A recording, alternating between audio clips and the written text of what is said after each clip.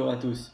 Bezrat Hashem, le 3 du mois de Tammuz, ce sera la Iloula du 7e rabbi de la Chassidoute, du mouvement chassidique de Lubavitch, Chabad, le Rav Menachem Mendel Schneerson.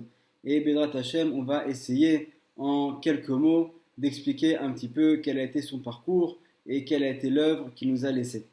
Donc le rabbi de Lubavitch, le dernier rabbi, est né en 1902, le 11 Nissan en Ukraine. Et contrairement à ce qu'on a pu voir pour d'autres grands rabbinim de la génération qui ont commencé dès leur jeunesse à être sur les bancs de la yeshiva, on va voir que le parcours du rabbi de Lubavitch va être très différent, puisque en fait son seul maître va être pendant des années son père, Rabbi Levi Yitzhak, qui va en fait lui enseigner toute la Torah. Et également, donc bien évidemment, lorsqu'on dit la Torah, c'est la Torah orale et la Torah écrite. Le Rabbi Levi Yitzhak, donc le père du Rabbi de Lubavitch, est lui-même un très grand maître en Kabbalah, quelqu'un qui étudie constamment le Zohar, le Talmud, et en fait, dans son étude du Talmud, il arrive à comprendre quelles sont les racines d'âme des différents sages qui sont mentionnés, et de comprendre ainsi pourquoi est-ce que chacun d'entre eux a telle ou telle opinion. Et pour autant, dès sa jeunesse, on va voir déjà qu'on a affaire à un enfant prodige qui arrive à retenir tout ce qu'on lui enseigne, tout ce que lui enseigne son père, mais également, même dans les matières profanes, on voit qu'il a vraiment des qualités très particulières. Il s'intéresse à tout et il essaye en fait à chaque fois de relier donc, tout son apprentissage, même des matières profanes, vers la spiritualité, vers le judaïsme, et comment est-ce qu'il peut relier et trouver des connexions entre la technologie, les découvertes de cette époque-là, et donc ce qui est mentionné également dans la Torah. Un fait intéressant également, c'est qu'à l'âge de 10 ans, il va sauver un autre enfant qui est en train de se noyer en plongeant dans un lac qui est complètement gelé. Lui-même, le rabbi, va tomber malade juste après et vraiment va être sauvé de manière miraculeuse. L'un des événements marquants de la vie du Rav Menachem Mendel va être sa rencontre avec son futur beau-père, qui est à ce moment-là le Rav de la Chassidoute de Chabad, le Rav Yosef Yitzhak, qui va donc rencontrer en 1923 et qui va lui proposer d'épouser sa dernière fille qui est encore célibataire, celle qui va être plus tard la rabbinite Chaya Mushkin.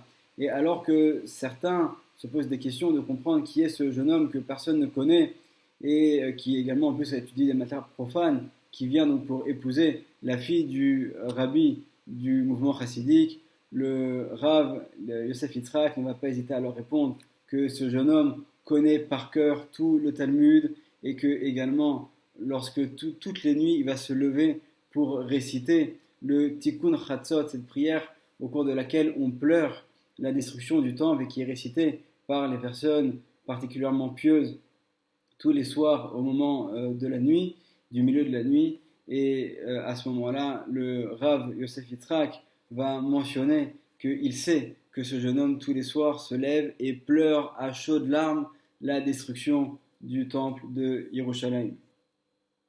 Donc le mariage entre le Rav Menachem Mendel et la rabbinite Chaya Mushkin va avoir lieu quelques années plus tard. Ça va être en 1928 à Varsovie, une fois que donc le Rav Yosef Yitzhak et également donc accompagné de son gendre vont quitter la Russie qui devient vraiment très difficile pour les Juifs. Ils vont donc passer une partie du temps à Varsovie, puis ensuite le jeune couple part s'installer à Berlin, où là le Rav Menachem Mendel va commencer à étudier à l'université de Berlin. Il va étudier notamment la philosophie, la physique. Il va même raconter sa rencontre avec Albert Einstein. Et finalement, lorsque en 1933, Berlin devient trop dangereux pour les Juifs, le rabbi va passer donc habiter à Paris. Et là également, il va étudier donc à l'université de la Sorbonne et il va être très marqué par le séjour qu'il va faire auprès de la communauté juive française. Il va d'ailleurs également assurer un cours quotidien à l'oratoire de la rue des Rosiers. Et finalement, le Rav Menachem Mendel, en 1941, va donc quitter Paris pour aller vers la zone libre, donc le sud de la France. Il va passer donc par Vichy, ensuite à Nice. On sait même qu'il a eu des relations avec la résistance juive de ce moment-là. Il a aidé même des personnes à faire des matzot pendant Pessah, etc. Et finalement, donc en 1941, ils vont partir, le jeune couple va partir de Marseille pour aller à Barcelone, puis ensuite passer à Lisbonne et enfin arriver à New York le 23 juin 1941. C'est finalement en fait grâce à tous ces voyages que le Rav va éviter donc l'enfer de la Shoah. Il va pouvoir donc rejoindre là-bas son beau-père qui s'y trouve déjà, qui lui aussi d'ailleurs de manière très miraculeuse a réussi à quitter Varsovie à temps et à échapper à l'anéantissement des Juifs qui a eu lieu là-bas. En étant à New York, le Rav va donc être constamment aux côtés de son beau-père, le Rabbi Yosef Yitzhak, et il va commencer même de plus en plus à l'assister au cours des différents événements qui ont lieu les uns après les autres. Et alors que la santé du Rav commence à décliner de plus en plus, la personnalité du Rav Menachem Mendel, qui au début était totalement inconnu, commence à prendre de l'importance. Et finalement, un an après le décès de son beau-père, c'est le Rav Menachem Mendel qui va prendre donc la tête du mouvement chassidique. Et on est à ce moment-là le 10 du mois de Shvat 1951. Et dès ce moment-là, le Rav Menachem Mendel va commencer à répandre ce qui va finalement être le mot d'ordre pour toute la période au cours duquel il va diriger ce mouvement dans le but donc de diffuser la Torah au maximum de juifs et également de répandre ses valeurs au niveau universel. Et donc on peut voir à maintes reprises que le Rav Menachem Mendel va avoir un amour très particulier pour chaque juif. D'ailleurs, il va être connu pour avoir reçu des quantités inimaginables de personnes qui venaient le consulter, qui venaient prendre une bénédiction ou prendre un conseil. Également, il échangeait des lettres avec de très nombreux personnages à travers le monde, qu'ils soient juifs ou non juifs. Et finalement, c'est un petit peu cette connaissance des matières profanes qu'il a acquis, mais qui va réussir à constamment lier de manière extrêmement forte également avec l'enseignement de la Torah pour constamment ramener le profane vers la spiritualité et avoir cette ouverture d'esprit d'un côté, mais qui en parallèle reste très ancrée avec des valeurs très affirmées et très fortes. Je trouve qu'il y a une des vidéos particulièrement intéressantes qui circule aujourd'hui sur Internet. Ça a été une compilation en fait de différents événements au cours desquels on voit que le Rav Menachem Mendel est filmé, mais qu'à chaque fois il va également interroger le caméraman ou le photographe, celui qui est en train de filmer. On voit qu'il y a un échange avec lui qui se fait et il veut vérifier est-ce que ce caméraman a eu le temps de faire une prière, est-ce qu'il a eu le temps de manger quelque chose. Et on voit que alors que le Rav se trouve à un événement où il y a des milliers de personnes autour de lui, où c'est vraiment des moments très très importants, il va avoir cette inquiétude pour savoir est-ce que celui qui actuellement est en train de travailler, celui qui se trouve auprès de lui, est-ce qu'il manque de rien.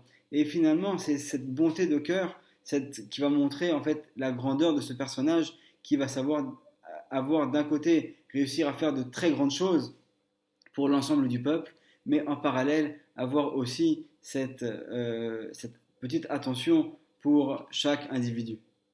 Donc ce message va se manifester notamment par les envoyés de Chabad, du mouvement Lubavitch, qui se trouve un peu de partout dans le monde. C'est un mouvement qui déjà avait commencé par son beau-père et que le Rav Menachem Mendel va faire s'accentuer de manière à ce que vraiment aux quatre coins du monde, la Torah puisse être entendue.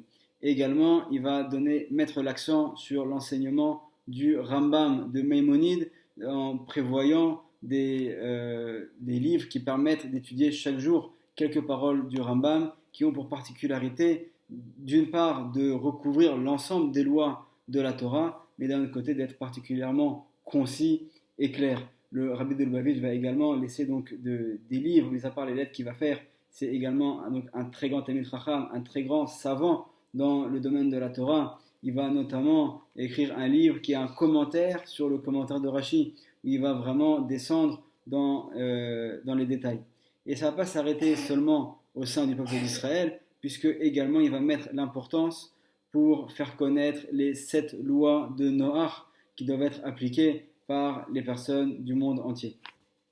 Le Rav également va être un précurseur concernant l'importance de l'étude aussi par les femmes ou également concernant la relation avec l'État d'Israël, puisque pour le Rabbi, il est hors de question de renoncer à des terres qui ont été conquises par Israël.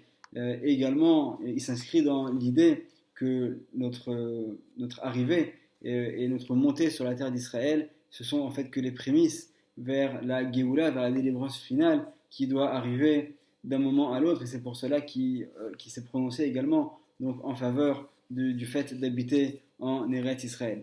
Finalement, le Rabbi, malheureusement, va avoir donc une attaque cérébrale le 2 mars 1992, lorsqu'il va se trouver juste sur la tombe de son beau-père en train de prier. Et finalement, après de longs mois au cours desquels il va vraiment souffrir, mais continuer à essayer au maximum d'échanger, il va même pouvoir se rendre en 5753, donc en 1992, à Rosh Hashanah, à la synagogue, mais il est déjà dans un état où il est très fatigué. Et finalement, c'est le 3 Tammuz 5754, le 12 juin 1994, où finalement il va donc quitter ce monde. Et jusqu'à aujourd'hui, il laisse une empreinte très très forte, non seulement dans le mouvement Lubavitch, Chabad, mais également au sein de tout le peuple d'Israël. Et il y a, là on a essayé en quelques mots de parcourir sa vie, mais il y a encore énormément de choses qu'on pourrait dire. Et Bezrat Hashem, j'espère qu'on aura un jour l'occasion de pouvoir également mentionner tous les pirouchim qu'il a fait, toutes les explications qu'il a données sur le commentaire de Rashi. Et Bezrat Hashem, que son mérite puisse être pour nous une bénédiction et que Bezrat Hashem, nous puissions nous aussi nous inspirer de ces midot. Amen ve Amen.